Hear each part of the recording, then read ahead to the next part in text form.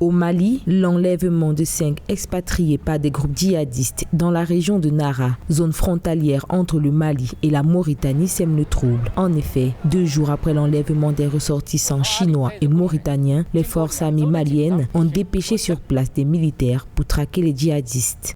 On peut comprendre dans ces enlèvements comme étant des mesures de représailles réciproques, notamment des groupes djihadistes contre l'offensive diplomatique et militaire menée essentiellement par les 2 États. Il faut te rappeler que le commandement de G5 Sahel est détenu aujourd'hui par la Mauritanie, sans occulter le fait que le premier responsable en MINUSMA au Mali est dirigé par un diplomate mauritanien. Et la Chine également a financé énormément les opérations de maintien de la paix dans le Sahel. Donc voilà autant peut-être de mesures qui peuvent susciter notamment de telles motivations de la part des groupes djihadistes.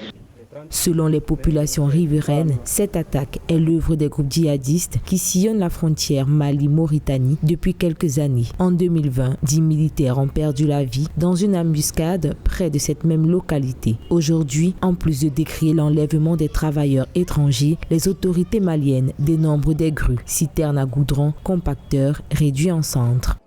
Le Mali déjà partage une longue frontière avec la Mauritanie, depuis la région de Nara, qui était le site où ces agents ont été enlevés, à travers la forêt de Ouagadougou, qui reste également une forêt très mystérieuse, où nous avons des incursions essentiellement de groupes djihadistes. Depuis 2013, il y a eu des arrestations au sein de cette forêt.